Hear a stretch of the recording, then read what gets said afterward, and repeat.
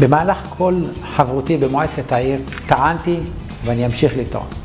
חינוך בשעות הפנאי זה הדבר הכי חשוב לילדים. וכי למה? כאשר ילד חוזר מבית הספר וסיים את השיעורי בית שלו, ההורים צריכים לתת לו איזשהו סוג של תעסוקה וחוג. את הדבר הזה ניתן למצוא אך ורק במתנסים. היום החוגים כולם נמצאים בידיים פרטיות, וטוב שכך, וזה מצוין. אולם איפה המעורבות של העירייה בכל העניין הזה? עירייה שאכפת לה מהתושבים צריכה לדאוג שכל ילד שנמצא בעיר אשקלון ישתתף בחוג, בפיסול, בציור, בכל דבר.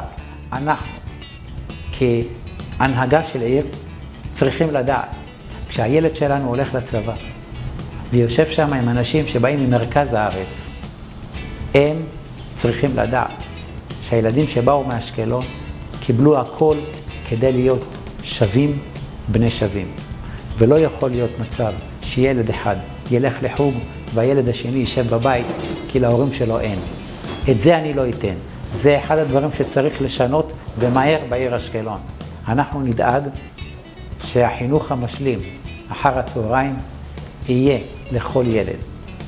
אנחנו, הרשימה שלנו, עם 5 מנדטים בתוך המועצה, תדאג לחינוך משלים לאחר הצהריים.